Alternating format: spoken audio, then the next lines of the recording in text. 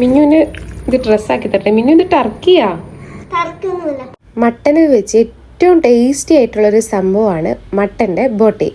കഴുകലും വൃത്തിയാക്കലും വലിയൊരു ടാസ്കാണ്. നല്ല ക്ഷമ വേണം ഇത് കഴുകി വൃത്തിയാക്കാൻ വേണ്ടി. ഓൾറെഡി നമ്മളിപ്പോൾ കഴുകിയിട്ടാണ് കൊണ്ടുവന്നിട്ടുള്ളത്, അതുകൊണ്ട് വലിയ പണിയൊന്നുമില്ല.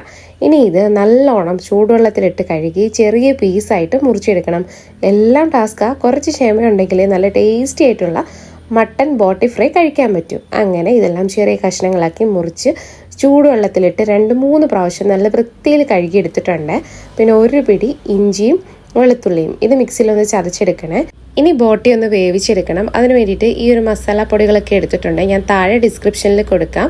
ഇതെല്ലാം കൂടി ചേർത്ത് നന്നായിട്ടൊന്ന് മിക്സ് ചെയ്തെടുക്കണം. പിന്നെ ഇത് വേവിച്ചെടുക്കുമ്പോൾ ഒരുപാട് വെള്ളം ഒഴിക്കണ്ട കേട്ടോ. ഈ മിക്സിയുടെ ജാറ് കഴുകി അങ്ങനെ കുറച്ച് വെള്ളം ഒഴിച്ചു കൊടുത്താൽ മതി.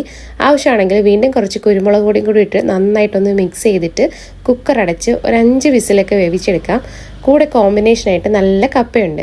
പിന്നെ നല്ല ഇരുമ്പ് ചീനിച്ചട്ടിയിൽ വെളിച്ചെണ്ണ ഒഴിച്ച് സവോള ഇട്ട് വഴറ്റി അതിലേക്ക് പെരിഞ്ചീരകവും മഞ്ഞൾപ്പൊടിയും കുരുമുളക് പൊടിയും പിന്നെ കുറച്ച് കറിവേപ്പിലയും കൂടി ഇട്ട് ഈ സവാള നന്നായിട്ടൊന്ന് വരട്ടിയെടുക്കണേ.